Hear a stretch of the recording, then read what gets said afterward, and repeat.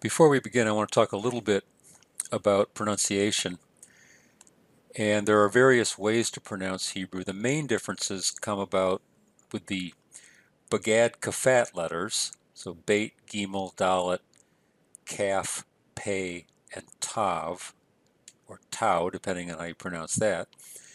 And then the letter Vav or Wow, and that tells you right there that there's different ways to pronounce that because the letter itself is pronounced different ways.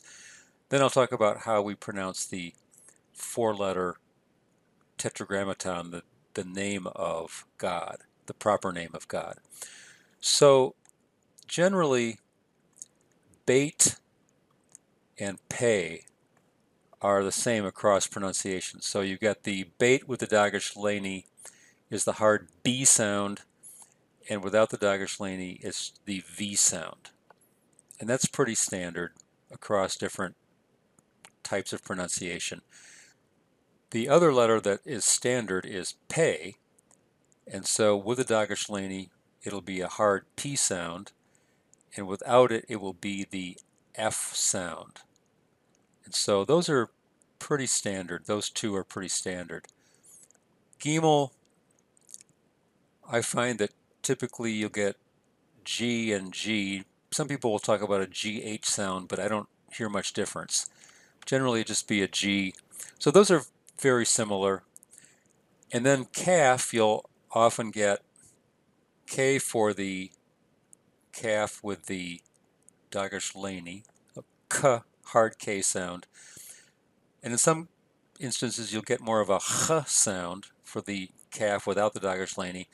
Other times, you'll just get another hard K sound. And so this is somewhat variant. The two that are a little different between the modern Israeli pronunciation and then some of the other ways to pronounce, you've got the Dalet with the Dagesh Leni. That's going to be a hard D sound, like in dog. And then without the Dagesh Leni, the modern Israeli pronunciation just also makes that a D, so they're both D. Others would pronounce this with a soft TH sound, as in the. And then for Tau or Tav, with the Dagesh Leni, we get the hard T sound, as in together. And without the Dagesh Leni, the modern Israeli would just leave it the hard T, whereas others would make this a hard TH sound, like in thin. Next we have the letter Vav or Wow, and as you can tell by the way the letter is pronounced, this can either be a V sound in modern Israeli, or many people pronounce it with a W, so Wa rather than Va. This is not a major deal. I tend to pronounce with the modern Israeli Hebrew. I'll often use the Ch sound for the calf, but I pronounce the Dalet the same, whether with or without Dagesh Leni, and the Tav the same, with or without Dagesh Leni. And I pronounce the Vav as a V sound. Finally, let's look at the name of God. The Jewish traditional pronunciation for this is Adonai. And this came about over the years. The Jews began to feel like saying the name of God. They began to think that the proper name of God was too sacred to pronounce. And so instead they put the word that meant Lord in its place. Now many modern translations will write this out as capital L, L-O-R-D, and put the before it. So the Lord, and that's how they signify that they're looking at the actual Yod He Vav He, also sometimes called the tetragrammaton, the four letters name of God. So I typically I've gotten used to saying Adonai. This is what the Jewish way of doing it is, and so I just say Adonai for the Yod He Vav He, the proper name of God. Now, as we'll see in one of our examples that we're going to be looking at soon, here's the name David. Notice that because of the vowel before it, there's no Dagesh Leni here. but I don't know very many people that are going to pronounce this thawid. I think most people, even if they use the non-modern Israeli pronunciation, are going to say Dawid. Anyway, let's move on to the verses. Let's take a look at Joshua 1:13. I'm going to read it slowly so that we can to get some practice.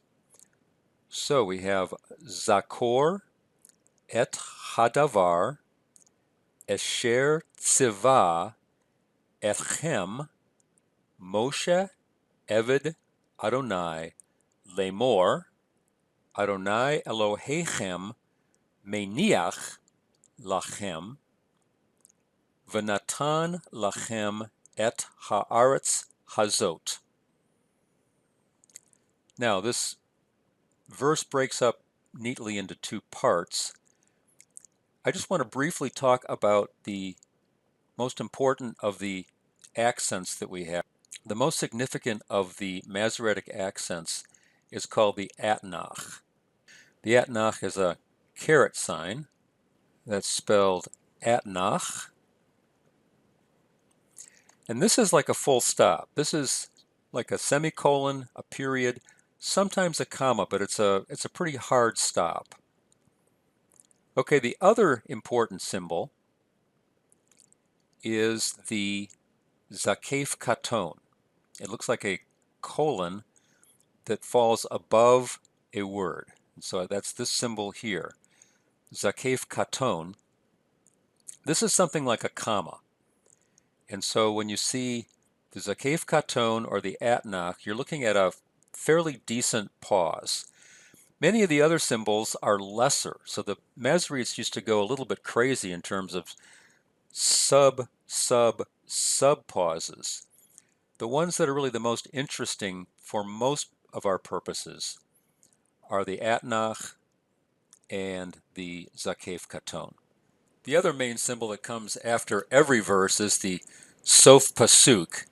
That's like two diamonds stacked on top of each other. And that's a very hard stop. That's at the end of a verse. So let's take a look at this verse.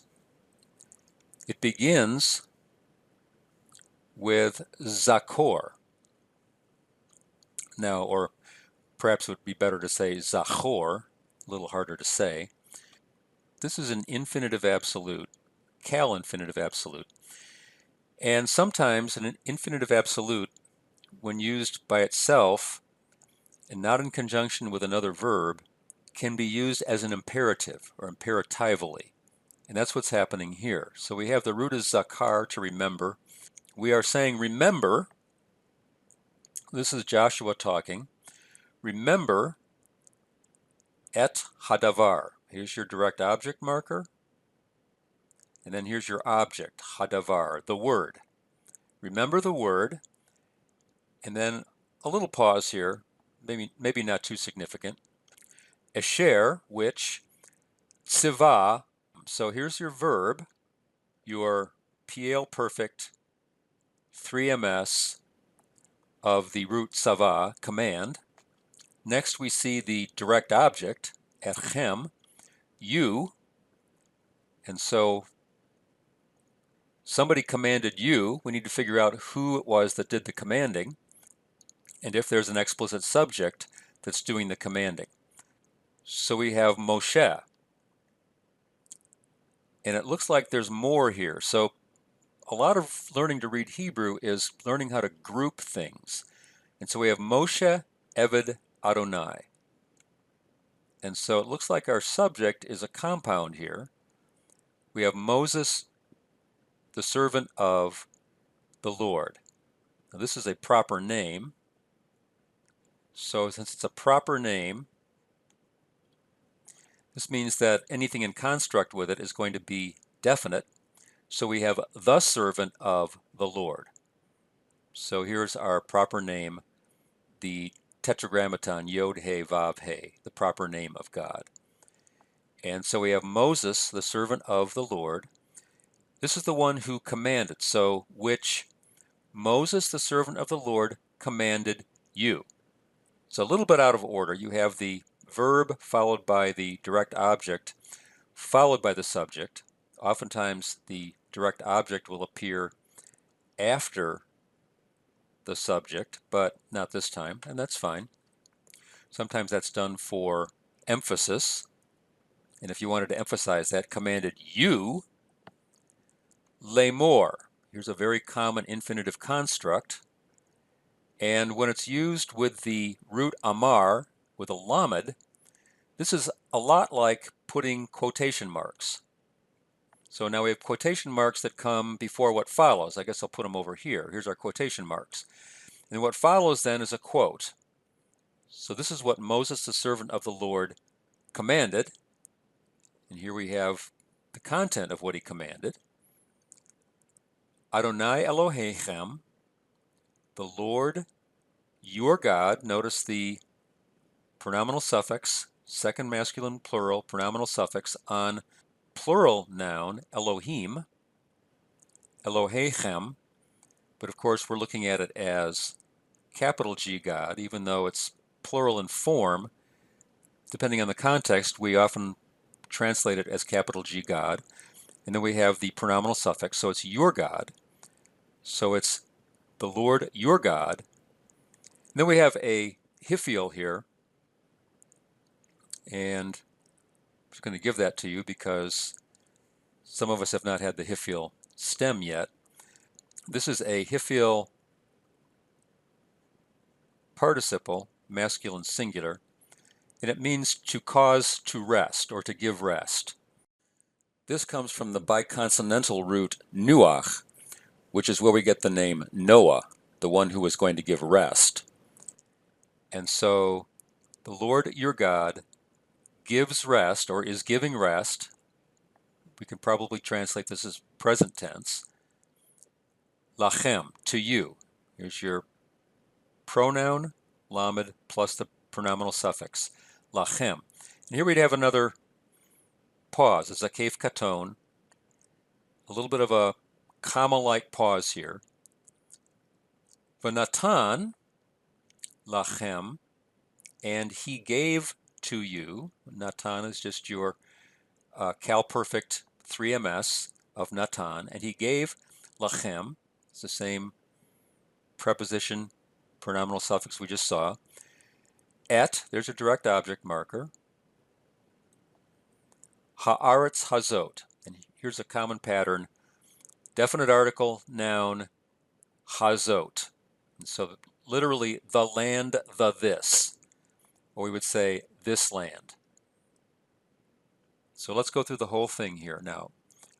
Remember the word which Moses, the servant of the Lord, commanded you, saying, the Lord your God gives rest to you, and he has given to you, or he gave to you, this land. Let's look at the next one. It's actually very similar in many ways to the one we just saw, or it has similarities to it. I'm going to read it slowly. Adonai Elohechem natan lachem et haaretz hazot, sounds familiar, l'rishta. So most of this is very similar to what we already saw previously in Joshua 1:13. We have the Lord your God. We already saw that. Natan, we saw Natan before. A CalPerfect 3ms of the root Natan. Lachem, to you. So the Lord your God gave or has given to you, et, direct object marker, haaretz hazot. We saw that earlier. The land of this, or this land. The one thing to look at here now, it's interesting, is this final word. Now what's going on here? It's a little bit hard to pick this apart. First of all, normally when we see the infinitive construct for the root yarash, to inherit, the infinitive construct takes the seglet pattern, which some of the one yod verbs takes. And so we have reshet, the seglet pattern with the accent on the first syllable. So reshet is our infinitive construct. And when it's alone like that, it's a little bit handy because you're normally not expecting to see the first letter drop off except for certain weak verbs. But the seglet pattern is nice because you sort of learn that some of the infinitive constructs will have that pattern. So reshet, you can kind of think back, oh, that's yarash.